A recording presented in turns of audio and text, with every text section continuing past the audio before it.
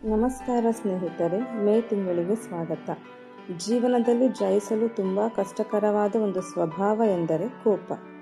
ಎಫೆಸ 4:26ರಲ್ಲಿ ಸತ್ಯವೇದವು ಈ ರೀತಿಯಾಗಿ ಹೇಳುತ್ತದೆ: ಕೋಪ ಮಾಡಬೇಕಾದರೂ ಪಾಪ ಮಾಡಬೇಡಿರಿ, ಸೂರ್ಯನು ಮುಳುಗುವುದಕ್ಕಿಂತ ಮುಂಚೆ ನಿಮ್ಮ ಸಿಟ್ಟು ತೀರಲಿ. ಕೋಪವನ್ನು ಸರಿಯಾಗಿ ನಿರ್ವಹಿಸದಿದ್ದರೆ ಅದು ಪಾಪಕ್ಕೆ ಕಾರಣವಾಗಬಹುದು.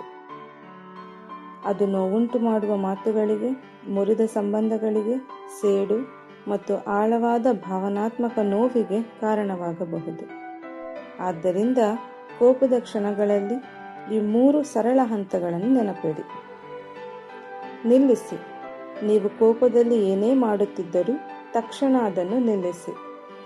ನೀವು ಏನು ಯೋಚಿಸುತ್ತಿದ್ದೀರಿ ಎಂದು ಹೇಳಬೇಡಿ, ಇಮೇಲ್ ಬರೆಯಬೇಡಿ ಅಥವಾ ಸಂದೇಶ ಕಳುಹಿಸಬೇಡಿ ಮತ್ತು ಆತುರದಿಂದ ವರ್ತಿಸಬೇಡಿ. ಸುಮ್ಮನೆ ನಿಲ್ಲಿಸಿ. ಆಲೋಚಿಸಿ. ನಿಮ್ಮ ಹೃದಯವನ್ನು ಶೋಧಿಸಿಕೊಳ್ಳಿರಿ. ನನಗೆ ನಿಜವಾಗಿಯೂ ತೊಂದರೆ ಕೊಡುತ್ತಿರುವುದು ಏನು ಎಂದು ನಿಮ್ಮನ್ನು ಕೇಳಿಕೊಳ್ಳಿ.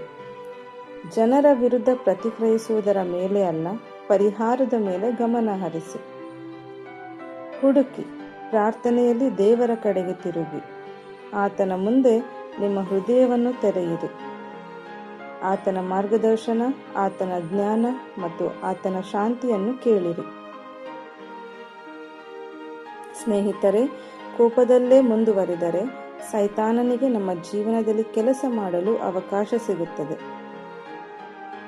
ಆದ್ದರಿಂದ ಜಾಗರೂಕರಾಗಿರಿ.